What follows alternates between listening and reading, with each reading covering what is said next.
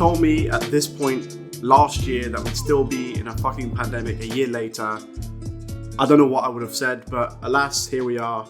But people are getting vaxxed, so it should be getting better. But in terms of the music, I don't think that the first portion of 2021 has been as strong and consistent in terms of projects and releases as the first half of 2020, but there have still been some definite highlights and standouts. I'm going to go through mine in this video, not in any order, it's just in alphabetical order, and I'm going to have a couple honourable mentions towards the end as well. First up on the list is Tyler, the Creator's 7th album, and the most recent on this entire list, Call Me If You Get Lost. We've got to a point in Tyler's career where he drops something of this quality and it's no longer a surprise, it's expected. And that hype and consistently delivering on that expectation is something that is reserved for a very select few in the world of hip hop. And that is a testament to Tyler's progression and evolution as a producer, a musician, a songwriter, and just as an artist. On this new album, he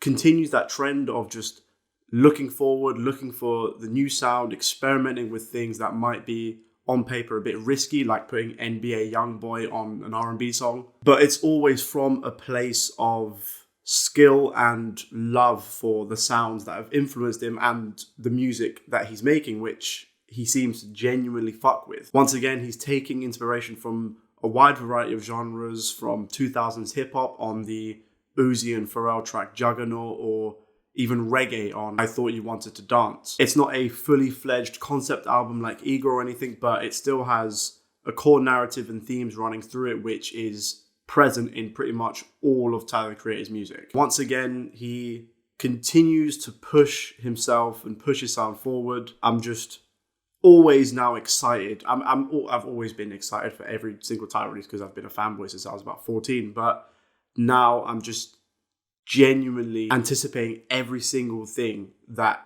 he drops, because at the moment he's on an insane hot streak. Second album on this list is Nick Cave and Warren Ellis's collaboration Carnage. I've only heard Nick Cave and Warren Ellis's collaborations through either TV or film scores that they've done together, but this new project is just full of pain. It's a really dark album. It's dystopian and it's brooding. It combines Nick Cave's extremely distinct, unmistakable writing style with this oppressive but super entrancing musical palette. This isn't a casual listen by any stretch of the imagination, but if you sit down and take time with it, it is extremely rewarding. The song White Elephant specifically is a standout. It's one of my favorite songs of 2021 so far. Next is Arlo Parks' debut album Collapsed in Sunbeams. I'd never heard of Arlo Parks until this album dropped. I know she'd been dropping singles all throughout 2020, but I was just late to the party. Her detail-orientated, poetic style of writing is immediately distinctive. The album has these smooth, extremely organic combinations of pop and indie and folk music and bedroom pop. It's a tight listen. It's only 40 minutes with more than a handful of standout songs like Hurt and Too Good and especially Black Dog. Next is Inside the Songs by Burnham.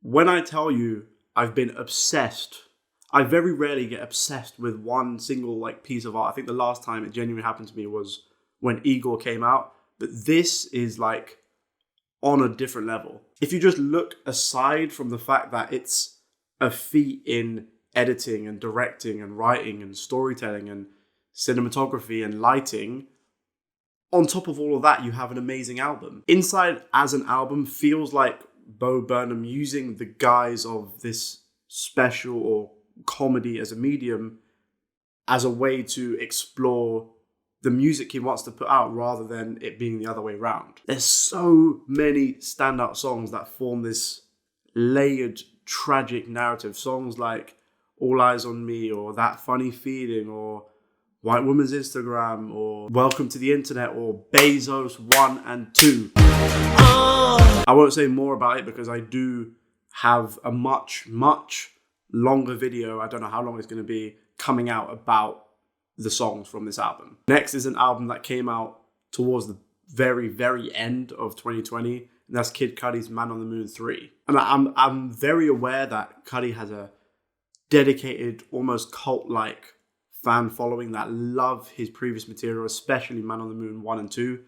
But I think the third in this trilogy has surpassed the other two. The first thing that struck me is the 3-act structure that this is broken into, which the other 2 installments have also had going for them, works much more fluidly than Man on the Moon 1 and 2. He leans into his strongest assets, which is his knack for writing catchy, ethereal, psychedelic-leaning alternative hip-hop. I do love the fact that the features that he chose on this album are features I don't think he's worked with ever in his career. He had Pop Smoke and Skepta and Phoebe Bridgers and Trippie Redd. It seems like now, post all the personal issues that Cudi had with going into rehab and stuff like that, that he's in a pretty good place, and the music is reflecting that. Songs like Sad People and September the 16th sound like Cudi's form of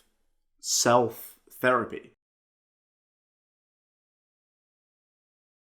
Speaking of therapy, the next album is An Overview on Phenomenal Nature by Cassandra Jenkins. At the start of this year, I had no clue whatsoever who this artist was or what this album was either, or what it was going to sound like, but I was introduced to it by the legend himself, Rough Criminal. I'm so glad I was introduced to this album because it's effectively the auditory equivalent to therapy. The dreamy, transcendent vibe and the loose, kind of abstract storytelling vibe is amazing. Jazzy, folky, dream pop instrumentals serve as the backdrop for Cassandra Jenkins' little vignettes on life. If you haven't heard of or heard this album, I strongly recommend you do. It's literally only about 30 minutes long. If there's one song I'm going to suggest, it's Hard Drive, which might be my favorite song of 2021 so far. Next project is very, very different, and that's The Plugs I Met 2 by Benny the Butcher of Griselda and Harry Fraud. Over the past couple years, especially over the last 18 months or so, Benny the Butcher has just been one of the most consistent rappers working. He's my personal favorite member of Griselda, and he links up with Harry Fraud for this project oozing with confidence and swagger and decadence. Live By It, Talking Back, When Tony Met Sosa, these beats alone are disgusting. They're filthy. No instructions though. I'm plugged on both sides, dope boy with executive game. All my OGs encourage violence, that's why I turn for guidance. My hood make your block look like the Virgin Islands. I'm not over this beat. This beat is, if you want like the definition of raw, grimy, listen to No Instructions. Next one up is Roadrunner, New Light, New Machine by Brockhampton. This is their latest effort, their 6th album now since 2017, and I think that they are now 6 for 6. Roadrunner is this confessional, emotional, vulnerable exploration of themes like redemption, forgiveness, and most importantly, grief. Like most, if not all, Brockhampton projects, they mesh the sounds of hip-hop, pop rap, R&B, indie, alternative music all together seamlessly. However, what they've done with Roadrunner is apply that kind of songwriting and song production to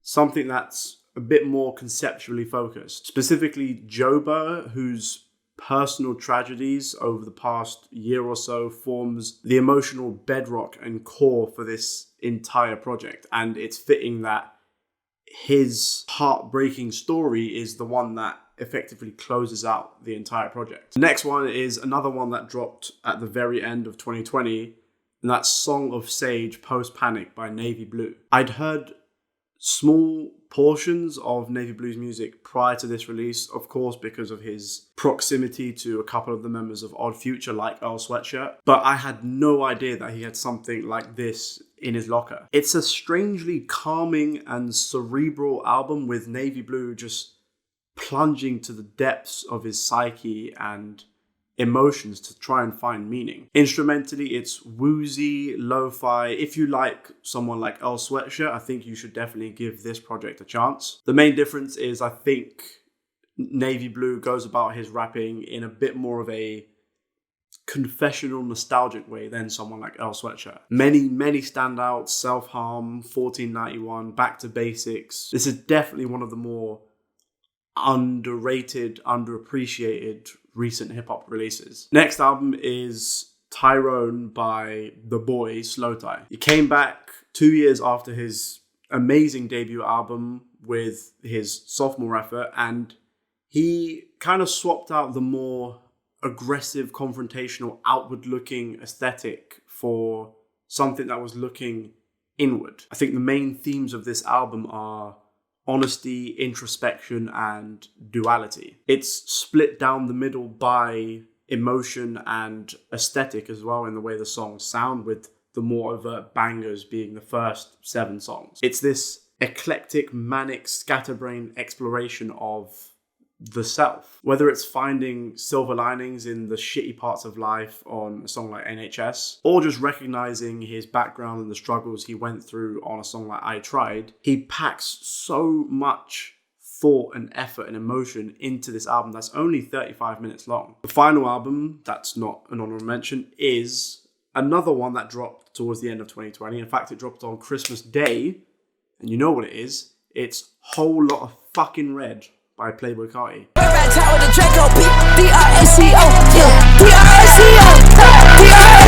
Whole Lot of Red is an enigma. I don't know what to call it. How I like to imagine Whole Lot of Red as a listening experience is like listening to a thrash metal album that was made on Fruity Loops, filtered through a video game with vampires. When we did the reaction to it, I was fucking with it. I was like, yeah, there's some cool beats on here. Carti's doing his thing, but it was like a drug. It was like an insidious drug. And the more I listened to it, the more I could not stop listening to it. Literally, I know people on Twitter were like, it's a grower, blah, blah, blah. I was like, but it's true. It's 100% true. Now, this is not a perfect album. There are songs on this album that I do not like. The one with Future, I think, is absolutely shit, but the majority of this thing is it's just so much fun.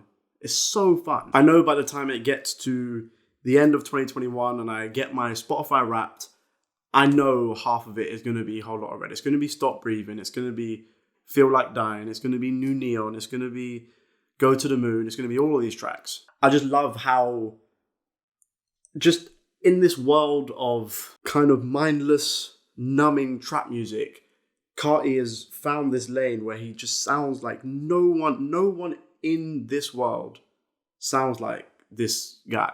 And to end on the honourable mentions I wanted to quickly talk about was J. Cole's The Off Season, which I think is his strongest project to date since Friday Night Lights, maybe.